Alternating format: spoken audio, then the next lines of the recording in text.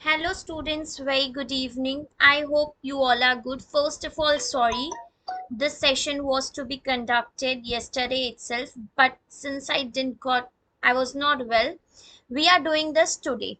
So, Bacho, as you already know, we have completed 6 sessions already in states of in animal classification और वहां पे हमारा जितना भी फाइलम्स था हमने वो फाइलम्स जो है उसको कंप्लीट कर लिया है. Now what we are going to do is today we are going to have a last lecture on animal classification where I'm going to discuss all the classes which you have. Now, here I just want to add one thing. Learning a class is much easier than learning a phylums because whatever animals you see in this class, you are already like you know them, you do know them on your day to day activities. So, beta, यहाँ पे जो है अगर हम बात करें S K Singh it will be tomorrow at 7 most probably कल 7 बजे ही हम 7 नहीं 7:30 बजे. ओके अभी मैं सेशन स्केड्यूल कर दूंगी. So we are going to discuss class cyclostomata, class species, class amphibia, reptilia, aves and mammalia. ये हमारे सारे क्लास है जिनको हम डिस्कस करने वाले हैं. Trust me it is going to be very very very interesting. Okay तो बेटा जो सबसे पहला क्लास है ना, the class is named as cyclostomata. Class का जो नाम है it is called as cyclostomata. तो what does a word cyclostomata means? Cyclo एक लैटिन वर्ड है again which means circle, which means circle or you can call it as a circular. कोई भी चीज अगर राउंड में होती है, सर्कल में होती है तो we call it as a circular. और स्टोमाटा का मतलब होता है mouth. Stomata stands for mouth. तो कोई भी ऐसा एनिमल जिसका माउथ जो है सर्कल की तरह होगा, गोल सा होगा, उसको हम क्या बोलेंगे बच्चों? We are going to call it as a cyclostomata. तो first and the most important thing that you need to understand whenever a word comes cyclostomata, that means they have a circular mouth. अब ये circular mouth होता है मतलब इनका mouth ऐसा गोल सा होता है, ठीक है. और यहाँ पे बच्चों मैं आपको बता दूं इन एनिमल्स के पास जॉज नहीं होते. जॉज नहीं होते मतलब they don't have bones, they don't have well defined mouth. तो बेटा ये जो बोन्स होते हैं ना ये हमारे किस काम आते हैं बच्चों? तो ये बोन्स हमारे लिए च्यूइंग के काम आते हैं, राइट. हम चीजों को चबा सकते हैं, आसानी से खा सकते हैं and that is also due to this circular mouth. और ऐसे एनिमल्स को बोला जाता है सकर. सकर बोला जाता है दैट मीन्स सकर वो होते हैं जो चूसते हैं. Just like you can take an example of a mosquitoes, right, they are suckers. तो basically whenever you are studying a class cyclostomata you can write down the animals belonging to this phylums have a circular mouth, which I have not mentioned here, but you can write it down. The animals which are belonging to this phylums have circular mouth. They have jawless mouth. Jawless mouth that you cannot see jaws in their mouth. They don't have jaws. Okay. Provided with sucker. Provided with sucker means they have something जो वो आपको pin करेंगे और उसके through वो आपको सक कर सकते. दे कैन सक योर ब्लड. मॉस्किटोज में आपने देखा ही रहेगा. Okay. Now when you look at this picture, what you will find out, here is a fish. Okay, you can see here is a fish. So the whole body of fish is very slippery. Usually what happens when we look at snakes, there are some sort of linings, but no, here there is no linings or not any kind of linings present. तो बेटा यहाँ पे क्या बोला जा रहा है? Their skin is soft. इनकी जो स्किन है एकदम सॉफ्ट है. without any scale. Without any scale means there is no linings present on their body. ये क्लास 10th के लिए है बेटा. Now moving to the next point, if we talk about what happen usually whenever we draw fishes, हम सबने बनाया हुआ है during our school times or somehow like every one of us have drawn, like in pre-primary and primary, some kind of fish. Now mine is very dirty but still manageable. So what happens students, here we can see there are fins. तो हम जब fishes में fins बनाते हैं तो हम जैसा ऊपर बनाते हैं एग्जैक्टली वैसा नीचे भी बनाते हैं, बट यहाँ पे ऐसा नहीं होता है। अगर दो फिन्स ऊपर है तो एक फिन जो है वो नीचे है। अगर फिन का पैटर्न कुछ ऐसा है तो हम इसे बोल सकते हैं अनपेयर्ड, जोड़ियों में नहीं है, पैरिंग नहीं हुई है ना बेटा बराबर से, तो we call it as a unpaired appendages. But if in a same case, if there is a fish, now don't go on my fish, just understand the topic. One at the top and one at the bottom, अगर दो ऐसे present है तो we call it as a paired appendages. तो क्या बोल रहा है, paired appendages are absent, मतलब जोड़ियों में नहीं है fins, pairing नहीं हुई है। अगर यहाँ पे ऊपर present है तो it is not present at the bottom side, you cannot see appendages, so we call it as a unpaired fins, and this is a characteristics of animal belonging to this class guys. Now no phylum, this is a class. Endoskeleton, what is endoskeleton? If I talk about what is endoskeleton of my body, तो मेरी body के अंदर bones present है और मेरा endoskeleton क्या हो जाएगा बच्चों, bones हो जाएगा। तो ये जो cyclostomata है ना, they are very similar to fishes। तो fish के body में क्या होते हैं, fish के body में होते हैं कांटे, तो उन कांटों को हम बोल सकते हैं कार्टिलेज। ओके, एंडोस्केलेटन इज कार्टिलिनेजियस और endoskeleton is in the form of cartilage, कांटे होते हैं कांटे। You might have at least you might have seen this in fishes, तो ये उनका क्या होता है, एंडोस्केलेटन होता है।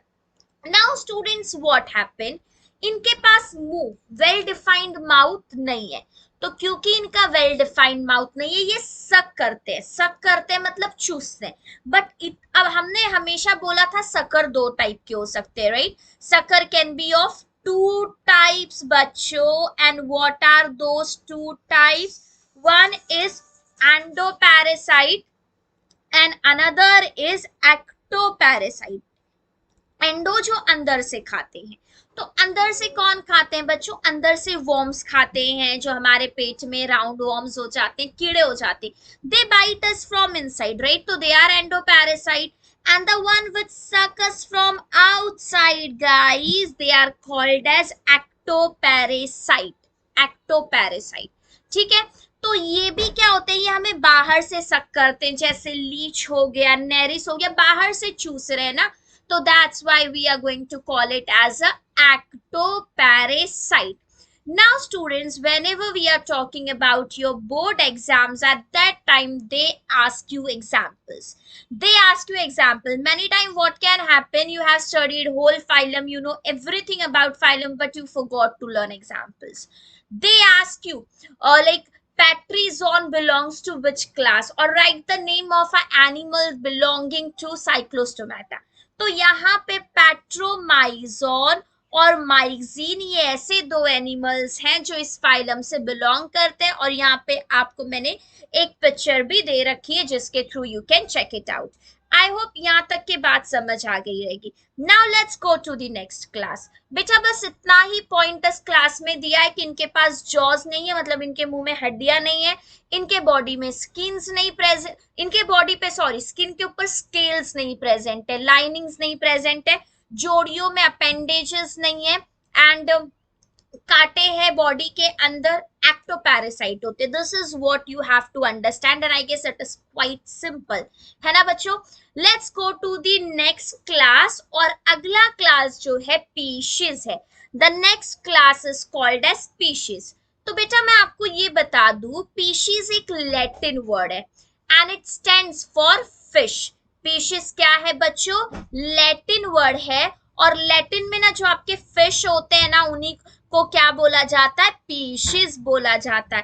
तो बेटा यहाँ पे हम क्या बोलते हैं, फिश बोलते हैं, फिश। फिश क्या होता है, ये क्लास स्पीशीज मतलब क्लास स्पीशीज, राइट? ओके, तो अब मैं आप लोगों को यहाँ पे कुछ पॉइंट्स जो है वो बताने वाली हूँ.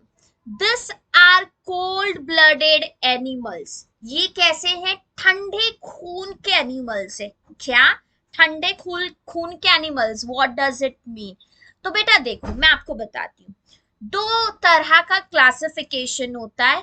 एक होता है वार्म ब्लडेड और दूसरे होते हैं cold blooded. So we have got warm blooded animals and then we have also cold blooded animals. So what basically this blooded animals are? Let us check out what happens, students. you know वो animals जो अपने body के temperature को constant रखते हैं. क्या रखते हैं? कांस्टेंट रखते हैं. उनको हम वार्म ब्लडेड बोलते हैं. तो कोल्ड ब्लडेड का मतलब क्या होता है? बॉडी का टेम्परेचर चेंज हो जाता है. Change in temperature. टेम्परेचर जो है वो चेंज करता है. For an example, even though if it is winter, summer, rainy season और एनी सीजन, डजेंट मैटर, हमारा जो बॉडी टेम्परेचर है वो कांस्टेंट रहता है. हमें ठंडी लगती है, हम कांपने लगते हैं, हमें गर्मी लगती है, पसीना निकलता है, but in all those case आपका बॉडी टेम्परेचर जो नॉर्मल होता है वही रहता है. It does not change, right? तो we are warm blooded animals. लेकिन फिश के साथ ऐसा नहीं होता है. जब एनवायरमेंट ठंडा होता है इनके बॉडी का टेम्परेचर ठंडा हो जाता है. जब एनवायरमेंट गर्म होता है इनके बॉडी का टेम्परेचर गर्म हो जाता है. And this is called as poikilotherms, which is again a Latin word. Picailo means cold और thumbs जो है वो temperature. Okay, so these are basically here given. These are cold blooded animals जिनका बॉडी टेम्परेचर कांस्टेंट नहीं रहता है. That means temperature changes with the external condition. Okay, now what happens, students, whenever you look at fishes? Yes, Prasad, बेटा बिल्कुल पहचाना. When you look at fishes, their body is spindle shaped, right? ये fish की body है जो नीचे की तरफ जाते हुए टैपर हो जाती है. टैपर हो जाती है मतलब पतली हो जाती है. सो वाई बेसिकली अगर आप देखोगे तो हमेशा, इवन दो हमने स्कूल में फिशेस बनाया, तो we never forgot to taper this end. Why is it so? Why this taperings are there? So basically this tapperings are just to stop the blockage of water. You know what happens? Water comes from here, right? It will flow down. It will flow down. ठीक है. तो यहाँ पे इनकी जो body होती है वो स्पिंडल शेप होती है to minimize the water resistance, ताकि वाटर कम से कम रुके, वाटर के रेजिस्टेंस को रोका जा सके. And that's why they have got a spindle shaped body. इनकी बॉडी कैसी होती है? स्पिंडल शेप्ड होती है. Okay, moving to the next point. They have a paired and unpaired fins. Now fish में क्या होता है बेटा? अगर हम लोग एग्जांपल ले ले, ये हमारे पास अगर एक कोई फिश आ गई, ठीक है बच्चों, तो इस फिश में we can see two types of pairing. एक मैंने ऊपर फिन बनाया और एग्जैक्टली एक मेरा नीचे बन गया. तो ऐसे जब फिन्स होते हैं तो इसको हम क्या बोलते हैं? We call it as a paired appendages. And the one is ऊपर एक बहुत बड़ा सा है और नीचे दो छोटे छोटे, तो ये क्या हो गया बेटा? ये अनपेयर्ड हो गया. तो क्या बोला गया? इनके पास पेयर्ड अपेंडेजेस भी हो सकते हैं और एट द सेम टाइम बच्चों इनके पास अनपेयर्ड अपेंडेजेस भी हो सकते हैं, और जिसके हेल्प से वो क्या करते हैं? स्विमिंग करते हैं. फिन्स का क्या काम होता है? तो फिन्स का काम होता है स्विमिंग करना. ठीक है बेटा. अब ये है इनकी टेल, राइट? टेल में भी फिन्स लगे होते हैं और इन फिन्स का जो काम होता है बच्चों वो और डायरेक्शन चेंज करना होता है. मान लो fish is travelling straight and now fish has to turn this side, तो सबसे पहले वो अपने इस जो टेल है उसको टर्न करेगी. Tail fin is used as a steering. जैसे कार में स्टीयरिंग्स होती है, हम जिस तरफ घुमा देते हैं एंड देन वो उसी तरफ आपकी जो बाइक होती है वो चलने लगती है. ठीक है बेटा. अब अगर हम लोग आगे बात करें तो ये डायरेक्शन चेंज करने के लिए काम आती है. टेल फिन का यूज होता है टू चेंज डायरेक्शन. फाइन. अब बच्चों अगर हम बात करें endoskeleton, what is an endoskeleton present, तो बेटा in that case I can tell you very simply, इनके बॉडी के ऊपर स्केल्स होते हैं, you might have seen right, fish के बॉडी पे ऊपर शाइनिंग कलर के ग्लास से, तो वो तो उनका एक्सोस्केलेटन है जो कि उनके बॉडी के ऊपर है, जैसे यू नो हमारी बॉडी पे हेयर है, तो hair is our exoskeleton. In a similar manner they have endoskeleton, अंदर क्या है बच्चों, अंदर कांटे हैं, कार्टिलेज है, तो exoskeleton is in the form of scales and endoskeleton is in the form of cartilage. So basically this is what we have done. Hi Muskan. Okay, respiration. Now what happens, जैसे जैसे हम higher classes की तरफ बढ़ेंगे, तो जैसे जैसे हम हायर क्लासेस की तरफ बढ़ेंगे बच्चों, what will happen, respiration जो है वो मतलब हमारी बॉडी में ऑर्गन्स इंक्लूड होना शुरू हो जाएंगे। वी स्टार्टेड विद साइकॉन जिसकी बॉडी में कुछ भी नहीं था, नाउ गिल्स आ गए। गिल्स इनके बॉडी में क्या कर रहे हैं, गिल्स इनके बॉडी में रेस्पिरेशन कर रहे हैं। और बच्चों पूरा डाइजेस्टिव सिस्टम अवेलेबल है, अब इनके पास माउथ भी है, इनके पास एनस भी है, तो ये सारी चीजें भी प्रेजेंट है। Respiration occur with the help of gills. Moving ahead, examples, what are the examples of fishes? Now there are so many fishes, yeah, which you even know, so it is rohu, pomfret, seahorse, shark, electric ray, string.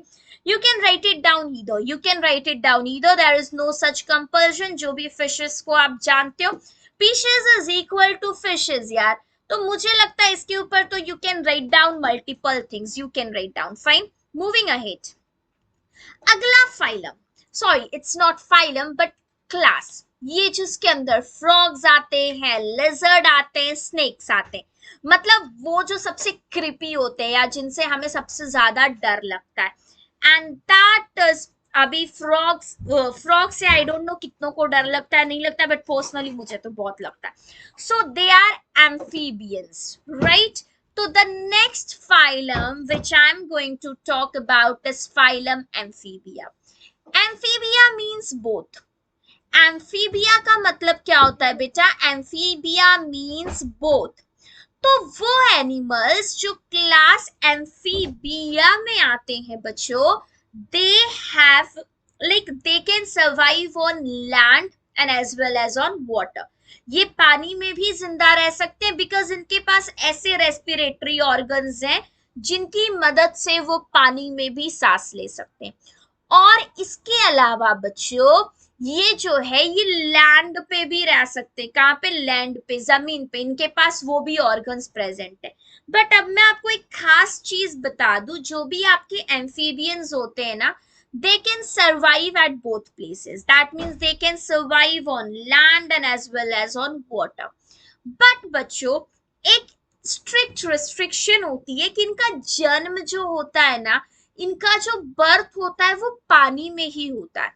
frogs take place, frogs birth take place in water and later on they can live on land. मतलब इनका जो larva stage है, इनकी जो growth होती है, ये जो पैदा होते हैं ये पानी के अंदर ही होते, फिर बड़े होने के बाद they can come and live on land, ठीक है।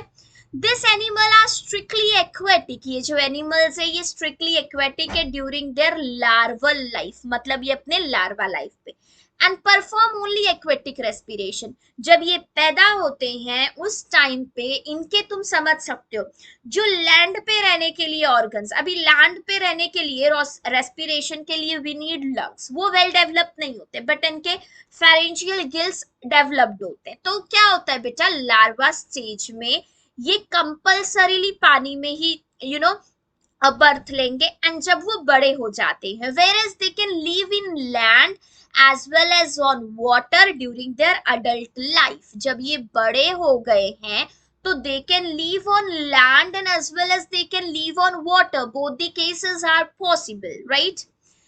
They have two pair of appendages. इनके पास दो pair of appendages है, मतलब दो आगे की तरफ हाथ है और दो पीछे की तरफ पैर है। दो पैर मतलब चार, right?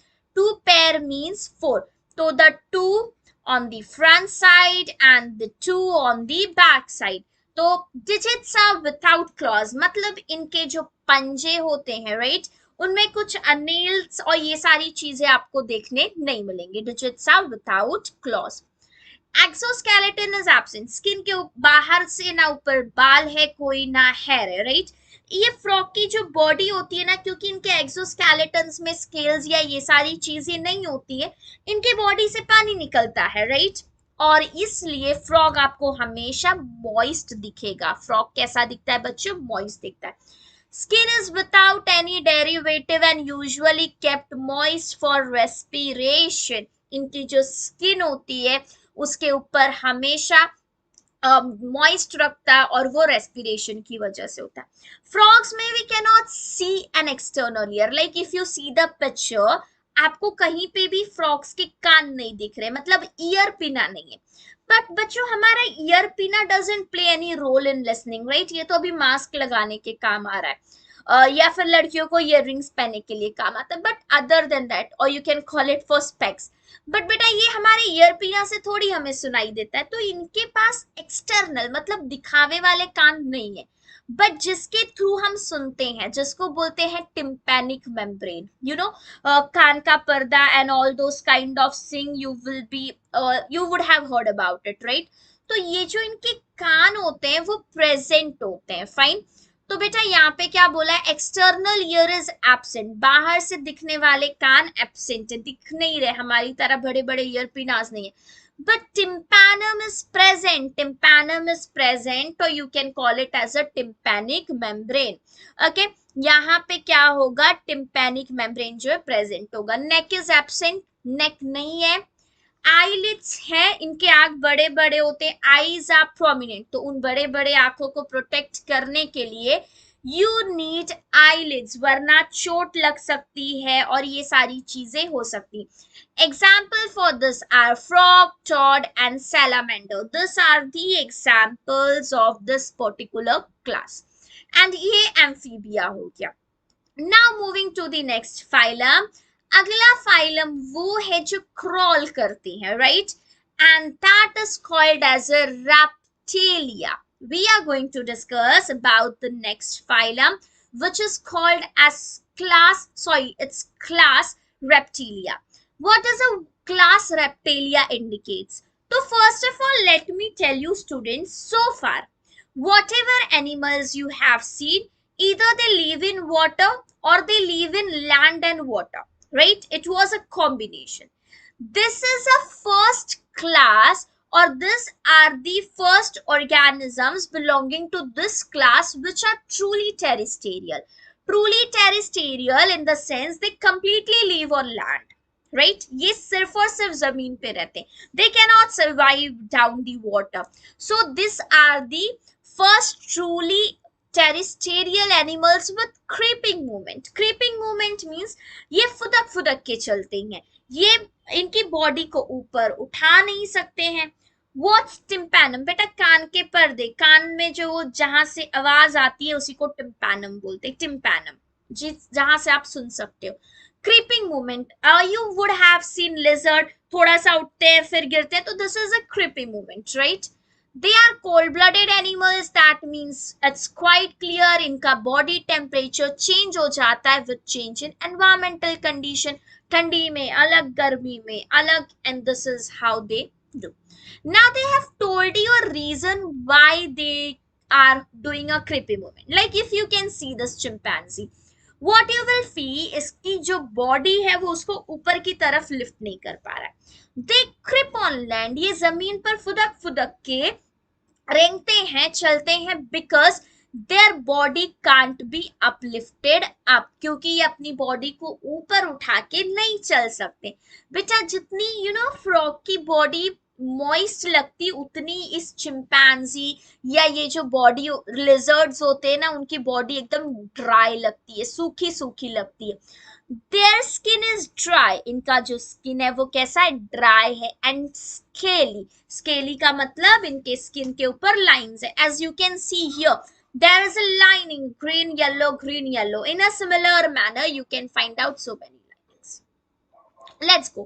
नेक इज प्रेजेंट, इनके पास क्या होता है बच्चों, नेक होता है, नेक प्रेजेंट होता है, जैसे कि if you see this figure, there is a small section of a neck, main body और उसके बीच में छोटा सा नेक प्रेजेंट होता है, एक्सटर्नल ईयर इज एब्सेंट। इनके पास भी सुनने के लिए वो जो टिम्पैनिक मेम्ब्रेन की जरूरत होती है, जो कान के होल की जरूरत होती है, that is present. But external ear, बाहर के दिखने वाले, जैसे ये ईयर पिना होते हैं जिनको हम एक्सटर्नल ईयर बोल सकते हैं बच्चों, वो क्या है, वो एब्सेंट है, तो एक्सटर्नल ईयर इज एब्सेंट। इनके जो डिजिट्स होते हैं, मतलब इनकी जो उंगलियां हैं, उन उंगलियों में क्लॉज है। क्लॉज है मतलब नाखून लगे हुए हैं, क्लॉज है मतलब कुछ हार्ड चीज लगी हुई है, जो ऑफेंसिव भी हो सकते हैं, जो डिफेंसिव भी हो सकते हैं, वो उनको प्रोटेक्ट भी कर सकते हैं और सामने वालों को नुकसान भी पहुंचा सकते हैं। तो digits are provided, digits mean fingers और claws means you can take an example of your nails. Okay, moving ahead, यहाँ पे आपको एग्जांपल्स ले लूं तो tortoise, lizard and snake, this all comes under the five class reptilia. Reptilia रेंगने वाले animals जो है वहां पे होते हैं। Moving to the next class, we are going to talk about class Aves. बच्चों, एव्स के अंदर birds आते हैं, so this is a phylum, sorry, this is a class which has completely an aerial life. And मुझे लगता है ये एक ऐसा क्लास है जहां पे आपको बहुत खूबसूरत खूबसूरत एनिमल्स जो है वो देखने मिलेंगे। These vertebrates are completely adapted for aerial life. ये ऐसे vertebrates हैं जिन्होंने खुद को इस तरह से अडाप्ट करा है कि ये पूरी तरह से हवा में रह सके, मतलब इनकी बॉडी जो है वो हैवी नहीं होगी, इनके बोन्स जो है वो हॉलो होंगे ताकि ये फ्लाई कर सके, ये फ्लाइट ले सके। They are warm blooded animals. They are warm blooded animals in the sense they can not, they have an ability to maintain their body temperature constant.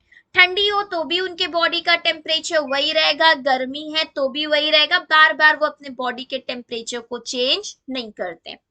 Their body is spindle shaped, इनकी जो body होती है spindle shaped होती है, जैसे कि fish की body होती है, नीचे की तरफ जाते जाते टेपर हो जाती है, पतली हो जाती है, ताकि यहाँ पे क्या हो सके बच्चों, यहाँ पे एयर ब्लॉक ना हो और एयर आसानी से जो है क्या हो जाए, पास हो जाए, air resist, air minimize, air resist, minimize मतलब लो एयर, और स्टॉप, रेजिस्ट मतलब स्टॉप, एयर कम से कम रुके, इसके लिए इनकी बॉडी स्पिंडल शेप्ड होती है। Forelimbs are modified into wings, आगे के जो दो हाथ थे वो विंग्स में मॉडिफाई कर दिए गए हैं।